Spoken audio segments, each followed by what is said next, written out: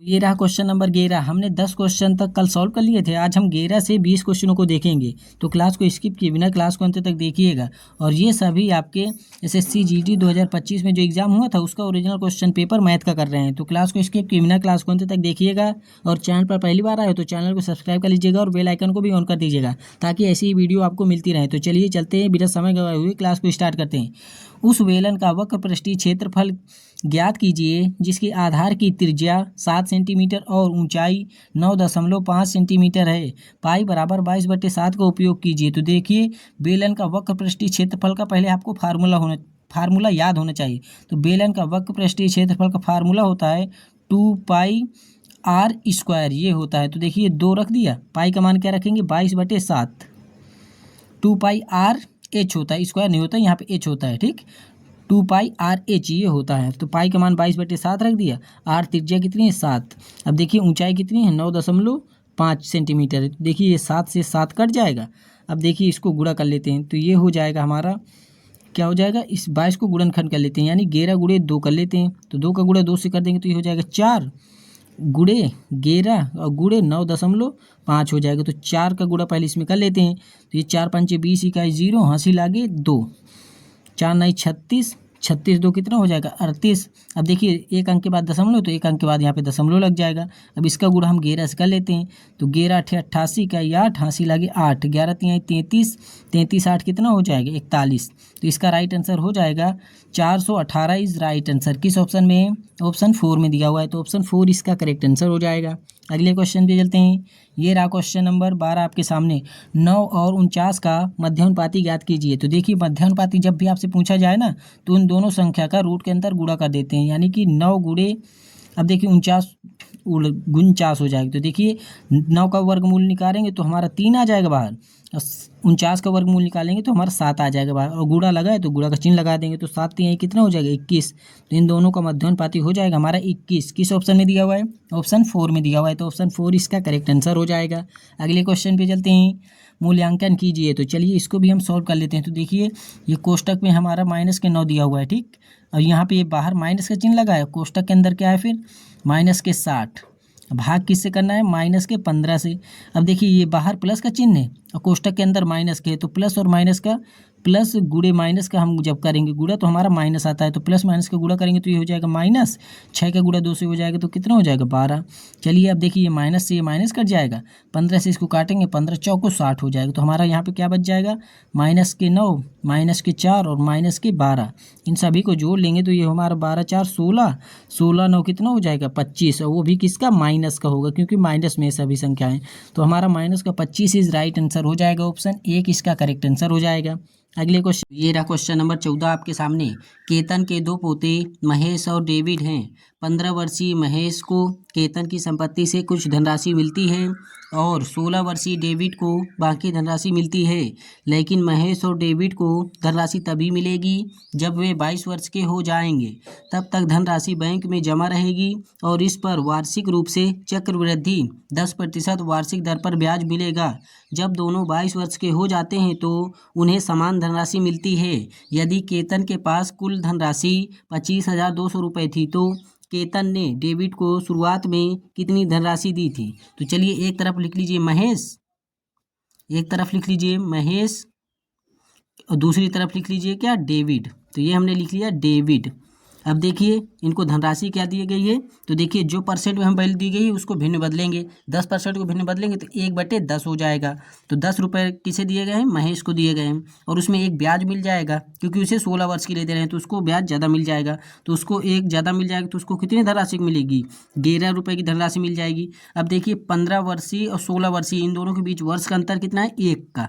तो इसके पावर अगर हम 1 करेंगे तो हमारा अनुपात में कोई फर्क नहीं पड़ेगा। तो देखिए अनुपात में कितनी राशि बांटी गई है? 21 रुपये बांटे गए हैं। लेकिन सवाल में बोला गया है कि 25,200 रुपये की राशि बांटी गई है। 21 बराबर हो जाएगा 25,200। अब 21 से इसको काटेंगे तो ये कितनी बार में कट जाएगा? तो आप कहेंगे ये कट जाएगा हमारा 12 बार में, और ये डबल जीरो है तो आ जाएंगे। अब हमसे पूछा यहाँ पे, तो केतन ने डेविड को शुरुआत में कितनी धनराशि दी? डेविड की धनराशि पूछा है ना, तो इसका गुणा हम डेविड की धनराशि से कर देंगे। तो 11 गुणे 1200 कर देंगे तो ये हो जाएगा हमारा 13,200। तो डेबिट को शुरुआत में कितनी राशि मिली थी? 13,200 रुपये। किस ऑप्शन में? ऑप्शन 4 में दिया हुआ है, तो ऑप्शन 4 इसका राइट आंसर हो जाएगा। अगले क्वेश्चन पे चलते हैं। ये रहा क्वेश्चन नंबर 15।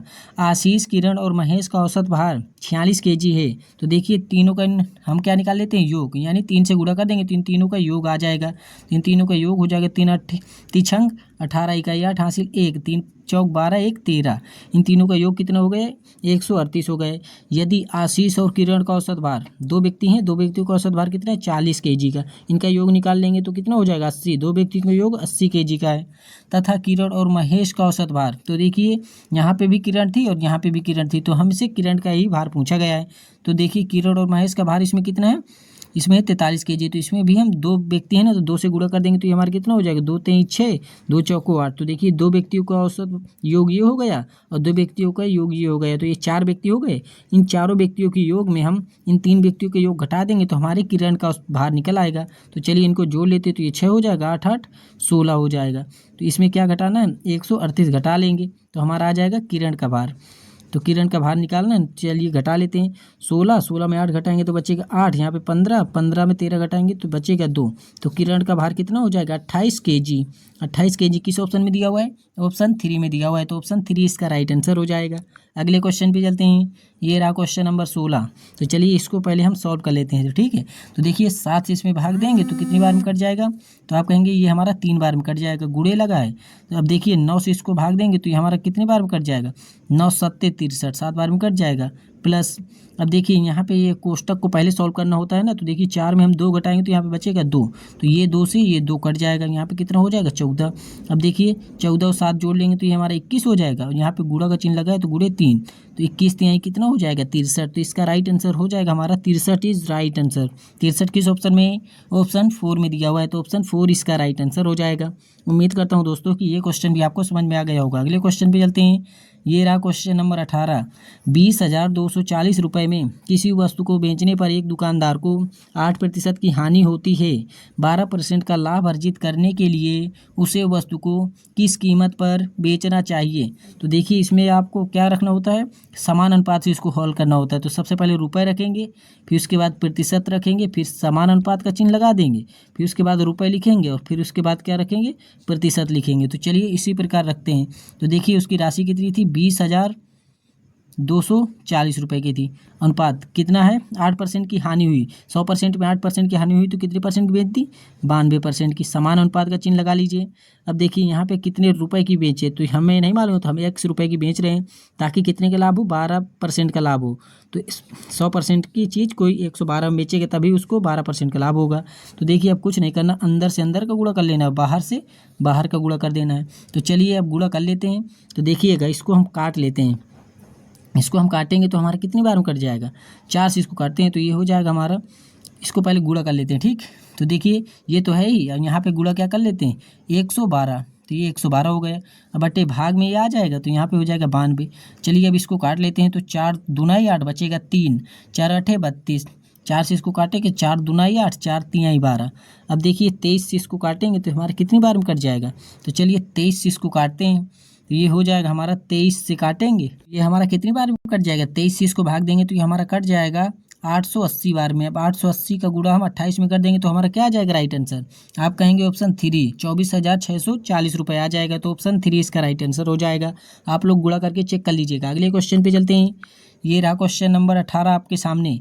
पेट्रोल के मूल्य में प्रति लीटर में 60% की वृद्धि होती है, इसकी खपत में कितने प्रतिशत की कमी की जानी चाहिए ताकि इस पर होने वाले व्यय में केवल 44% की वृद्धि हो? तो देखिए मान लीजिए पहले किसी पेट्रोल का मूल्य कितना था? 100 रुपये, उसमें 60% की वृद्धि हो गई तो कितना हो गया उसका मूल्य? 160 रुपये। लेकिन वह व्यक्ति चाहता है कि इसकी खपत में कितने % की कमी कर दें, यानी ये बढ़ी हुई कीमत को कितनी कम कर दें ताकि उस पर होने वाले व्यय में केवल कितनी की वृद्धि हो? 44% की, यानी 100 से कितना हो? 144। तो देखिए 60 से हम कितना कम करेंगे? तो आप कहेंगे यहाँ पे हम 16 कम कर देंगे। कम किस में करेंगे? बढ़ी हुई कीमत पे, तो इसको हम नीचे रखेंगे। परसेंट में पूछा है तो 100% से गुणा कर देंगे। तो चलिए कर लेते हैं। तो एक 0 से एक 0 कट जाएगा और 16 से ये 16 कट जाएगा, तो यहाँ पे कितने % कम करना होगा? 10%। 10% किस ऑप्शन में? ऑप्शन 2 में दिया हुआ है, तो ऑप्शन 2 इसका राइट आंसर हो जाएगा। उम्मीद करता हूँ दोस्तों कि ये क्वेश्चन भी आपको समझ में आ गया होगा। अगले क्वेश्चन की ओर चलते हैं। तो ये रहा क्वेश्चन नंबर 19 आपके सामने। सामने विपरीत दिशाओं में यात्रा कर रही दो रेलगाड़ियां एक दूसरे को 25 सेकंड में पार करती हैं। यदि दोनों रेलगाड़ियों में से प्रत्येक की लंबाई 250 मीटर है और उनमें से एक की चाल 45 किलोमीटर प्रति घंटा है, तो दूसरी रेलगाड़ी की चाल कितनी होगी। तो देखिए इसमें दूसरी रेलगाड़ी की चाल ज्ञात करनी है ना। देखिए दूसरी रेलगाड़ी की चाल हम क्या मान लेंगे, इसमें x मान लेते हैं, ठीक। तो देखिए अब हमारा होता है यहाँ पे समय बराबर दूरी बटे चाल। तो समय हमारा कितना लग रहा है 27 सेकंड का, समय बराबर दूरी। तो देखिए दोनों की लंबाई है ना हमारी 250 मीटर की दो ट्रेनें हैं, तो इनकी टोटल लंबाई कितनी हो जाएगी, इसमें 2 से गुणा कर लीजिए तो ये हो जाएगी 500 मीटर इनकी लंबाई, यानी ये दूरी हो गई। अब बटे चाल, तो देखिए समय बराबर दूरी बटे चाल। तो देखिए चाल एक क्या है 45 किलोमीटर प्रति घंटा और एक ही x किलोमीटर प्रति घंटा।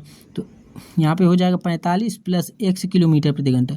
अब देखिए इसको किलोमीटर प्रति घंटा को मीटर प्रति सेकंड में बदलेंगे, किस में बदलेंगे, मीटर प्रति सेकंड में। तो कितने से गुणा करना पड़ेगा, 5/18 से गुणा करना पड़ेगा। किससे, 5/18 से। तो चलिए 5/18 से इसमें हम गुणा कर लेंगे। तो चलिए इसमें गुणा कर लिया, तो चलिए अब इसको रख लेते हैं। तो ये हो जाएगा हमारा समय बराबर दूरी हमारी कितनी आई थी 500 मीटर गुणे चाल कितनी थी 45 प्लस x। अब देखिए 5/18 से गुणा किया था ना, तो 5 हमारे यहाँ पे गुणे में 18 भाग में था, तो 18 ऊपर गुणा हो जाएगा, तो ये हमारा मीटर प्रति सेकंड में आ जाएगा। तो चलिए अब इसको हम सॉल्व कर लेते हैं। तो देखिएगा अब हम इसको सॉल्व करेंगे तो ये हमारा हो जाएगा 25 से इसको काटेंगे तो 25 दूना 50, यानी कि ये 20 बार में कट जाएगा। 5 से इसको काटेंगे तो 5 चौक 20, 18 चौक कितना हो जाएगा 72। तो ये हो जाएगा हमारा 45 प्लस x बराबर कितना हो जाएगा 72। अब देखिए x बराबर हो जाएगा, ये 45 की तरफ आएगा माइनस में हो जाएगा। तो चलिए इसको घटा लेते हैं। तो ये हमारा 12 में 5 घटाएंगे बचेगा 7, यहाँ पे हो जाएगा हमारा कितना, यहाँ पे हो जाएगा हमारा 6 में हम 4 घटाएंगे तो बचेगा 2। तो x बराबर कितना आ जाएगा हमारा 27 किलोमीटर प्रति घंटा। तो दूसरी रेलगाड़ी की चाल क्या हो जाएगी 27 किलोमीटर प्रति घंटा। किस ऑप्शन में है, ऑप्शन 4 में। तो ऑप्शन 4 इसका राइट आंसर हो जाएगा। अगले को ये रहा क्वेश्चन नंबर 20 और आज की क्लास का आखिरी क्वेश्चन है। ए द्वारा एक कार्य को समाप्त करने में लगने वाले दिनों की संख्या बी द्वारा कार्य को समाप्त करने में लगने वाले दिनों की संख्या की 2 गुना है।